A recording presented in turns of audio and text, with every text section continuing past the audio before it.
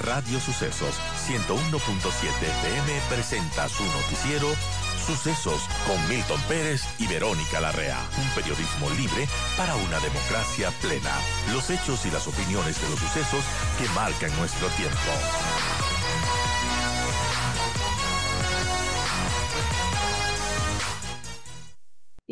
Empecemos con este tema porque también este tipo de alarmas, de amenazas, comentaba el ministro, se han dado amenazas de bomba, por ejemplo, al interior de varias entidades del Estado. Eso no lo han hecho público, pero ayer se comentó en esta reunión y hablaba el ministro de operaciones de carácter psicológico para causar pánico.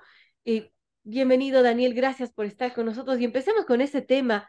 ¿Qué nos dice Daniel respecto a, bueno, todo esto que se está viviendo? ¿Qué podemos pensar? ¿Y cuál cree que ha sido el motivo para que se envíen, por ejemplo, artefactos, sobres con explosivos a ciertos periodistas? En fin, estamos viviendo una especie de un pánico que se quiere crear, un nerviosismo respecto a bandas delincuenciales o de quiénes exactamente. Gracias, Daniel, por estar con nosotros. Lo escuchamos. Bueno, hola Verónica, un saludo muy cordial igual a toda la audiencia. A ver, creo que todavía hay muchos temas que investigar, obviamente para eso están las instancias respectivas. Lo que podemos ver nosotros es a través de la prensa, las denuncias, que son muy graves obviamente y muy preocupantes porque obviamente está en juego muchos temas, ¿no? Pero yo creo que un poco hay que constreñirse al contexto, ¿no? Que estamos viviendo. Ahorita estamos el CAL ayer acaba de emitir este tema de juicio político al presidente, es que será aprobado por la Corte Constitucional. Es una etapa muy conflictiva que está viviendo el país en el ámbito político. Eh, en este tema creo que hay algunos temas que obviamente no puedo yo establecer responsabilidades directas, pero me parece que esto tiene un motivo político, ¿sí? Ujú. De lado a lado, o sea, puede ser con falsos positivos, digamos, no sé, sin especular, yo no quiero entrar en el mundo de la especulación, pero creo que el contexto nos dice mucho. Y obviamente detrás de esto hay algún grupo, una estructura de personas que a través de actos delincuenciales como estas se expresa y busca generar zozobra, incertidumbre e intimidación. Eh, ¿Quién hace este tipo de artefactos? Me parece que no, al igual que otros temas, otros eventos, inclusive los eventos que hubo en noviembre, cuando hubo estos atentados terroristas en muchas partes del país. Yo trabajo en la plataforma, al frente de la plataforma financiera también. Recurrentemente tenemos evacuaciones por alerta Ujú. de bombas, eso es un tema ya recurrente. Al Wow. parecer, los ambientes están muy caldeados y hay gente que se vale de este tipo de situaciones para generar este tipo de, mecanismos de intimidación, eh, pero no revistas de mayor, digamos, experticia en el tema. Parece que me da la impresión que son todavía gente media novata en el asunto.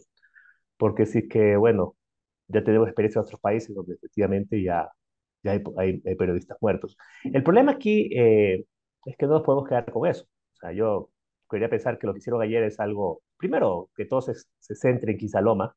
Yo creo que esa persona está ya en el ojo del huracán, ¿no? O sea, Claro. está muy cercado, muy cerca la autoridad de poder lograr quién es el responsable de esto. No sé si es que el destinatario de esto dejó cédula, si lo hizo así es un experto completo. Eh, y eso habrá que preguntarle a las autoridades qué sabe de eso y cuáles son los resultados que se van a traer para obviamente establecer responsabilidades directas sobre esa situación y saber qué está pasando. Pero lo preocupante de esto es que puede escalar después a un escenario mucho peor, ¿no? Yo no quisiera esperar que este país en un futuro, yo ni siquiera diría muy lejano, muy cercano, diría, ya haya periodistas asesinados, lo cual sería extremadamente penoso y preocupante para el país, ¿no? Ahora, un tema político, Daniel, podría llevar a que se asesinen a periodistas. A ver, lo que pasa es que en este momento el país vive una situación de violencia política muy marcada, ¿no? O sea, esto hay que ceñirse a como hemos vivido los últimos años, yo diría la última década, ¿no? Muy polarizado, eh, con mucho odio, mucha zozobra. Los eventos de los paros indígenas fueron muy extremadamente violentos, como nunca en la historia, ¿no? situación política es muy polarizante, muy extrema, y eso da escala de cultivo para aparecimiento de este tipo de prácticas. ¿Ya? Es una violencia política que se ejerce a través de este tipo de mecanismos. Obviamente aquí hay articulaciones, correcciones criminales. Yo no quisiera saber qué es el poder del narco. Está aquí, o sea, el narco lo hace, ¿no? El narco Ujú. lo hace, el narco asesina, el narco mata, el narco da mensajes explícitos. Me parece que estamos a un nivel previo, ¿no? Pero obviamente las personas que se prestan a eso son personas que delinquen, ¿no? Y eso necesitas un nivel de, primero, de predisposición a estos actos delincuenciales que no todo el mundo lo tiene. Habría que ver un perfil psicológico respecto de quién está, la persona que está perpetrando esto. Y segundo, son qué tipo de técnicas y destrezas están adquiriendo para hacer este tipo de actos, porque me parece que este tipo de cosas, poner el pendrive, bombas, sí requieren un cierto tipo de destreza. Pero no sé si que la intención es si generar un daño enorme. No sé si el que suele matar, simplemente yo creo que era intimidar. Por lo tanto, no quería saber que esto ya es un narcoterrorismo. Mucha gente lo está pintando, sino básicamente una violencia política intimidatoria, como lo dice el ministro. Ahora, intimidatoria, Daniel, ¿con qué fines? ¿Cuál es la idea? ¿Y por qué el target del blanco han sido estos medios de comunicación, TC Televisión, Teleamazonas, Ecuavisa? Por eso le digo, el contexto político da para mucho. Yo no quisiera especular, porque si uno podría presumir y muy obviamente diría, bueno, aquí están los interesados en usar por el presidente que buscan callar las voces críticas del gobierno. Yo no sería responsable de decir simplemente eso, porque simplemente es extremadamente obvio, ¿no?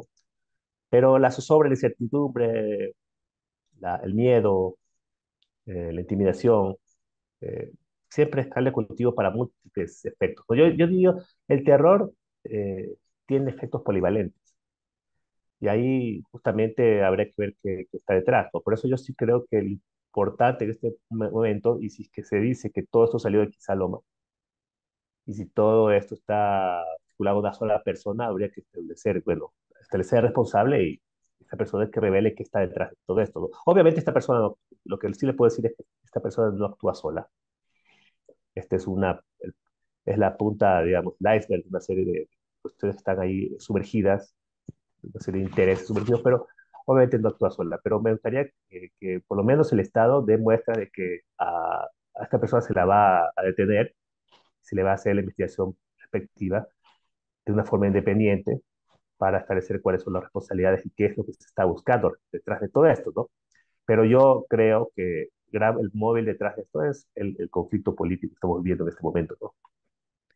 El conflicto político, qué lamentable, ¿no? Que estemos polarizados y ahora viviendo una violencia de carácter político. Amigos, son las 7:55. Conversamos con Daniel Pontón, docente del IAN, experto en temas de seguridad. Estamos conversando acerca de estos altos niveles de inseguridad, de estas amenazas últimas que se conocieron ayer a medios de comunicación. Y bueno, lo que vivimos el anterior fin de semana, hace 2 fines de semana, con este secuestro express a una pareja que, bueno, prendió las alarmas de la ciudadanía porque desapareció y no se sabía de su paradero.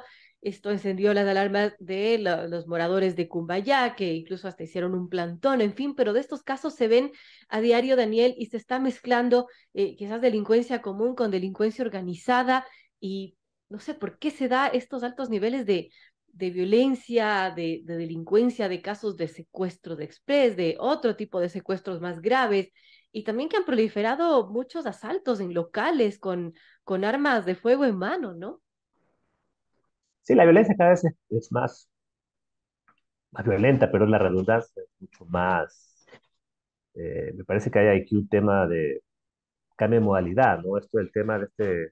Yo escuché a la policía decir, me pareció interesante la hipótesis, sí que se perdió en el caso de secuestro esta lógica de ser víctimas selectivas, ¿no? O sea, se le hace un estudio previo a una etnia de víctimas, delitos de oportunidad, ¿no? A todos nos puede pasar en un momento de descuido, de abandono. Y eso es delincuencia común, pero obviamente hay un nivel ya de especialización y que obviamente por el nivel de organización que se tiene para este tipo de cometer este tipo de actos, porque no solo opera una persona, operan varias estructuras, personas, perdón, buscan hacer este tipo de eventos y que son recursos económicos rápidos que no reviste mayor riesgo, a pesar que este último caso se los atrapó, se dio con el paradero de los secuestradores.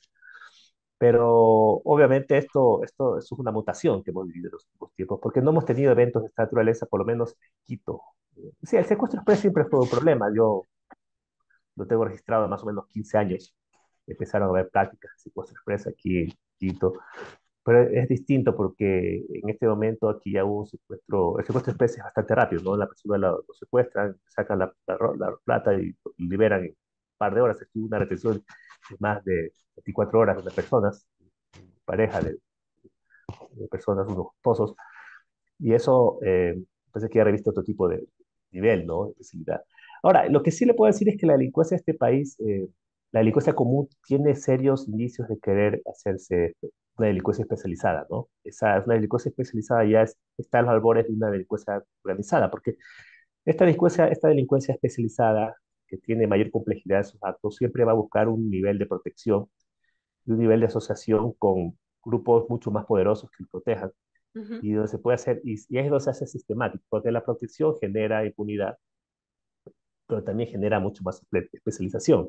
Y esa especialización solo se puede proveer a través de una plataforma criminal, ¿no? De gente que se dedica a esto y genera mayor capacidad de conocimientos, con la plataforma, con la economía del narcotráfico, esto se exponencia y más personas se van a poder volcar a esto, es mucho más territorial, es mucho más amplio el espectro social. Entonces, la delincuencia en sí común tiende a serse especializada y esto tiende a ser un brazo importante del crimen organizado. Eso lo hemos visto en otros países. Y eso yo creo que es lo preocupante de este país, porque sobre todo no tanto en la práctica en sí, por ejemplo, secuestro, sino que esto empieza a ser sistemático y cada vez mucho más con niveles mayores de sofisticación. Igual el tema de los atentados, ¿no?